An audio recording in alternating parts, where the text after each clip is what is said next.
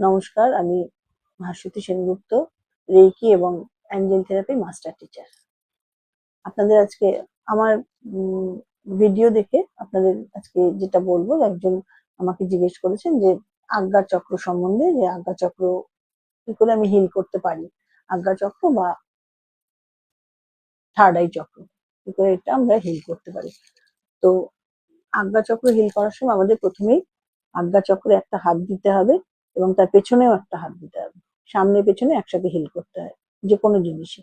Heart চক্রেও তাই, হার্টের সামনে পেছনে হাত দিতে হয়, এখানেও তাই, আজ্ঞা চক্রের সামনে পেছনে হাত দিতে হয় এবং হাত দেবো এবং আমরা ইন্টেনশন দেবো যে আমার আজ্ঞা চক্র, ভাবতে থাকবো যে আমার আজ্ঞা চক্র খুলে যাচ্ছে এবং ব্যালেন্স হচ্ছে, আমার থার্ড আই চক্র খুলছে এবং ব্যালেন্স হচ্ছে এবং আমার মন পজিটিভ হয়ে উঠছে। আজ্ঞা চক্র যত যার খুলবে, যত ব্যালেন্স হবে, তত তার সে পজিটিভিটিতে ভরে উঠবে।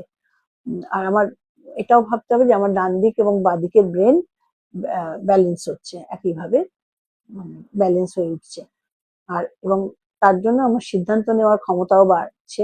আমি অনেক কিছু দেখতে পাচ্ছি যা আগে আমার মনে হতো যেটা ঠিক দেখছি না, এটা সন্দেহজনক, সেটাও আমার মধ্যে ক্লিয়ার হয়ে যাচ্ছে যে আমি অনেক কিছু বুঝতে পারছি, দেখতে পাচ্ছি। হয়তো অনেক কিছু দেখতে পাচ্ছি না, কিন্তু বুঝতে পারছি যে এটা এটা এটা এবার হবে, পরবর্তীকালে এটা এটা হবে। সবকিছু নয়, কিছু কিছু জিনিস যখন আমার আজ্ঞা চক্রটা আস্তে আস্তে থার্ড আই চক্রটা যখন খুলছে, এবার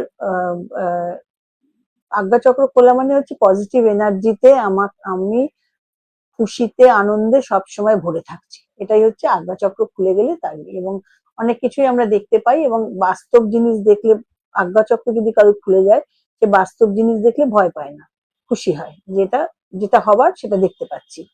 সেইভাবে আমাদের সামনে পেছনে হাত দিয়ে রেইকি শিখলে, তার প্রেয়ারটা করে সামনে পেছনে হাত দিয়ে আজ্ঞা চক্রে এরকম ভাবে ব্যালেন্স করতে হয় আজ্ঞা চক্রকে। নমস্কার, ভালো থাকবেন।